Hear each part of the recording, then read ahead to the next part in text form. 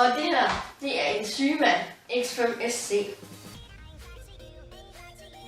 som der kan købes i Bilka til ca. 1000 kroner.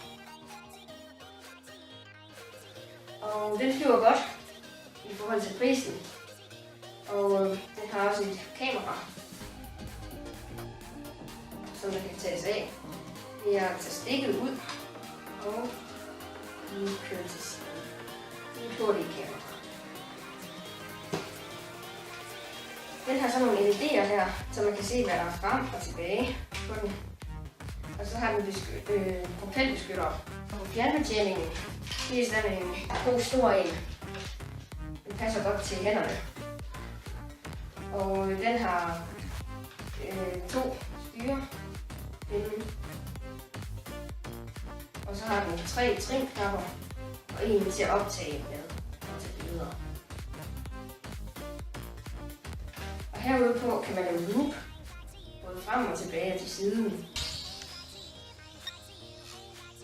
Ja, nu skal jeg vise jer, hvordan man starter sådan en drone. Man tager den, og så åbner man her om bag, hvor der er sådan en lille hul. Så tager man sit batteri, kører ind i, og sætter ledningerne på. Og man bare lige ind, og lukker den.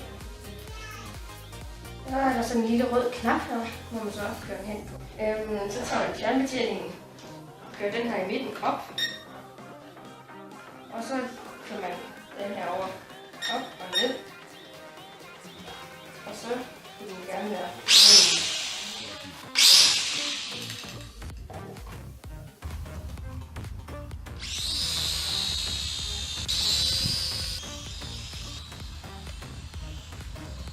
den her drone har jo et kamera, og det kan man gøre ved, at hvis man kører den her ned, så filmer den. Det kan man se, så kan den gøre rød kameraet. Og hvis man så kører den ned igen, så stopper den. Det er grøn igen. Hvis man kører den op, så tager den et billede. Ja.